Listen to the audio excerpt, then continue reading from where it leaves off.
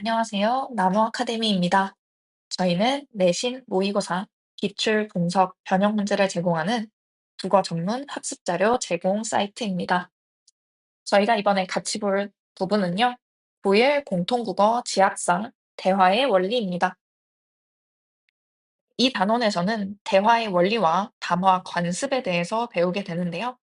첫 번째로 대화의 원리에 대해서 살펴보도록 하겠습니다. 첫 번째, 협력의 원리인데요. 협력의 원리란 서로가 대화를 전개하기 위해 협력적으로 노력하고 있다는 기본적인 전제를 협력의 원리라고 이야기하는데요. 협력의 원리에는 총 네가지 경률이 있습니다. 첫 번째, 양의 경률은 대화에서 요구되는 필요한 만큼의 정보를 전달하는 것입니다. 두 번째, 질의 경률은 거짓이라고 여겨지는 말을 하지 말라는 것입니다. 세 번째, 관련성의 경률은 대화의 화제와 관련하여 말해야 하는 것입니다. 마지막으로 태도의 경륜은 명료하지 않은 표현은 피해야 하는 것입니다. 그렇다면 대화에서 한번 살펴보도록 하겠습니다. 채원과 경수의 대화가 제시되고 있는데요. 채원은 계속해서 경수에게 말을 걸고 어떤 주제에 대해서 이야기하려고 하고 무슨 일이 있었는지 묻고 있지만 경수는 계속해서 대화를 피하고 있습니다. 이렇듯 대화를 회피하는 태도를 통해 협력의 원리를 위배하고 있음을 알 수 있습니다. 또한 화자는 가능한 협력의 원리를 준수하겠다는 마음가짐으로 대화에 참여해야 하는데요.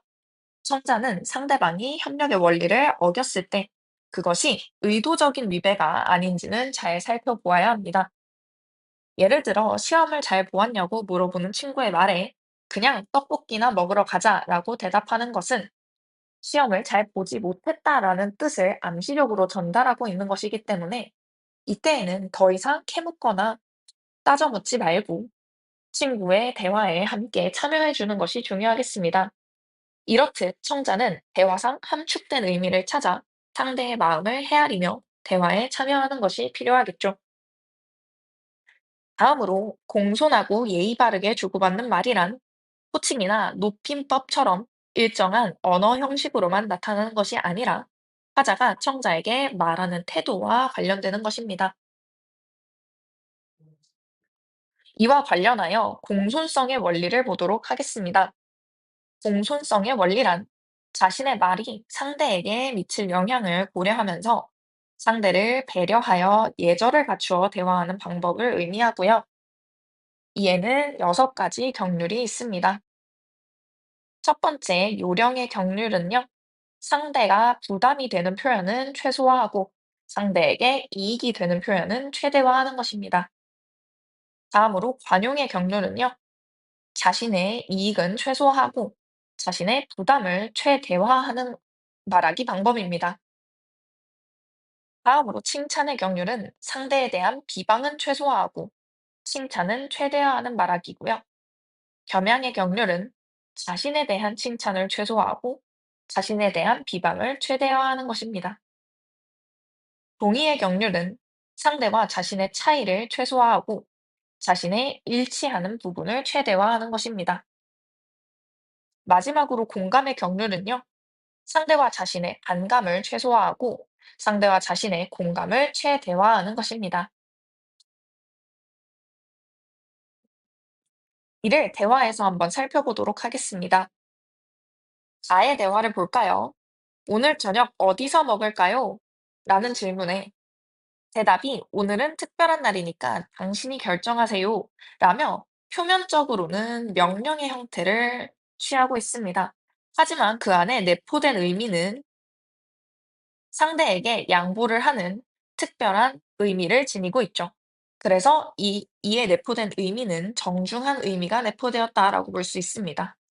다음으로 테리와 영호의 대화를 볼까요? 여기서 나가주시겠습니까? 제가 여기 있으면 안 되는 줄 몰랐네요. 라고 대화하고 있죠. 여기서 나가주시겠습니까? 라는 표현은 표면적으로는 질문의 형태를 하고 있으나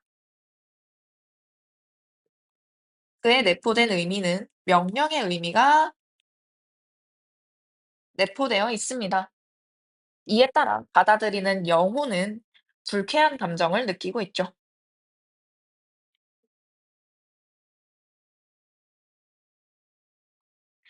다음으로 하준과 예나 그리고 민서의 대화인데요.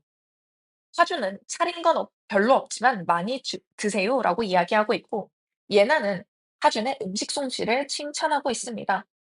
반면 민서는 하긴 오늘 차린 것들은 누구나 해 먹는 음식이긴 하네요. 라며 하준을 무시하는 말하기를 하고 있습니다.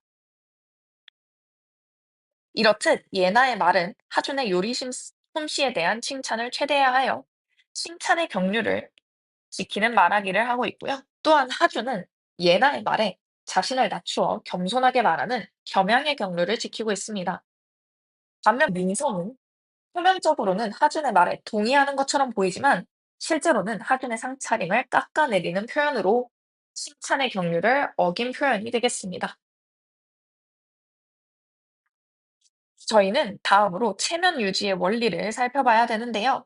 체면 유지의 원리란 모든 사회 구성원이 자신에 대해 주장하는 공적 자산인 체면을 유지하는 말하기를 해야 한다는 것입니다.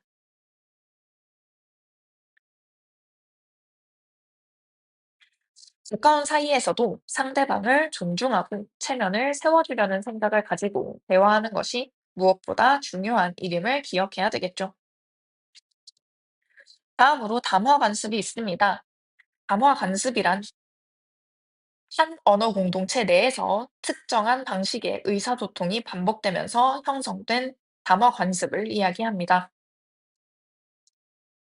우리의 전통적인 담화 관습을 한번 살펴보도록 하겠습니다. 전통적인 담화 관습에서는 말을 아낄수록 바람직하다고 보았죠. 이는 속담에서 찾아볼 수 있는데요. 말이 많으면 쓸 말이 적다. 가루는 칠수록 고와지고 말은 할수록 거칠어진다. 이러한 속담에서 우리는 말을 신중히 해야 한다라는 담어 관습을 찾을 수 있습니다. 속담이 제시된 후 찾을 수 있는 적절한 담어 관습을 묻는 문제가 출제될 수 있습니다. 하지만 최근에는요, 나에서처럼 속이 시원하다, 사이다네 라며 속 시원히 할 말을 하는 사람들을 긍정적으로 이야기하는 말들이 나오고 있는데요. 이렇듯 현대에는 자신의 생각이나 감정을 직설적으로 표현하는 것을 더욱 선호하기도 합니다. 또한 직설적인 말하기뿐 아니라 줄임말과 같은 신조어의 사용, 외국어의 혼용, 이모티콘 사용과 같은 새로운 담화 관습들이 등장하고 있습니다. 저희는 바람직한 언어 문화 형성을 위해서 공동체의 담화 관습을 존중하고 유지해야 하겠지만, 관습이라는 이유로 지난날의 특정한 담화 관습을 일방적으로 고집하는 것은 적절하지 않습니다. 또한 오늘날의 시대 상황에 비추어 적합하지 않은 담화 관습을 고수하는 것은 바람직하지 않게 되겠네요. 예를 들어, 과거부터 지금까지 써왔던 차별 표현 같은 경우, 이를 개선하기 위한 능동적 노력이 필요하겠습니다. 또한 저희는 새롭게 형성된 담화 관습에 대해서도 비판적으로 살펴보는 인식이 필요하겠네요. 따라서 담화 관습을 적절히 선택하고 존중하고 유지하며 새로운 바람직한 담화 관습을 형성해 나가는 것이 중요하겠습니다.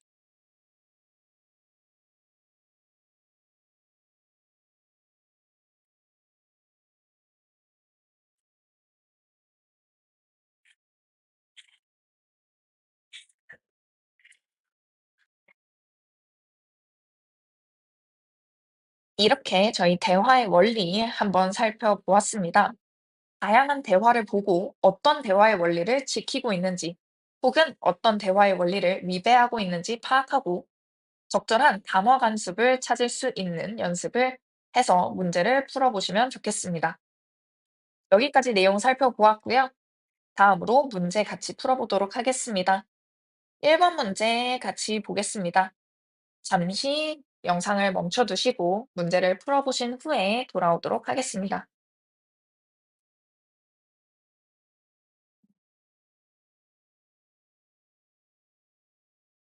문제 풀어보셨나요?